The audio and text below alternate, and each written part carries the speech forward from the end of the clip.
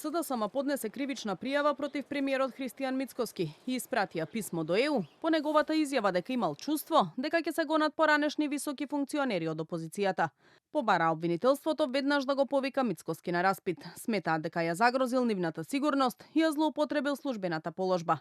Изјавата на премиерот за СДСМ е јавна закана за, како што велат, кривичен прогон против неистомисленици. Мицкоски, велат од СДСМ, се ставил во улога на судија и обвинител.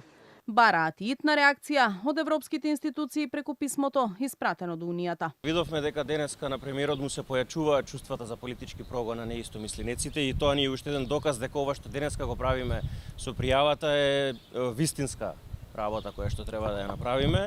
Писмото до сите релевантни европски институции го доставивме денеска.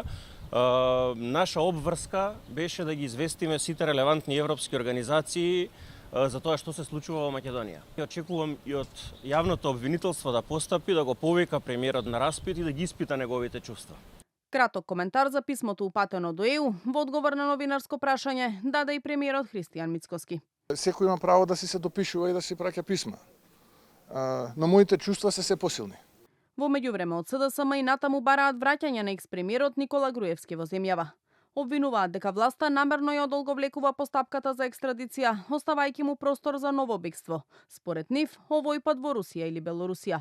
Од власта возвратија дека за да се испрати барање за екстрадиција, потребно е прво да му биде одземен азилот на Груевски во Унгарија. Тие немаат уште азил полските поранешни членови на влада. Во нашиот случај поранешниот премиер има азил. За да се испрати барање за екстрадиција треба прво процедура да се тргне азилот. Тоа е првото и сега ако испратиме негативен одговор ќе добиеме. Можеме утре да го испратиме, нема проблем. Дајте малце суштински да ги гледаме работите, а опозицијата нека го повара Васко Ковачевски нека дојде.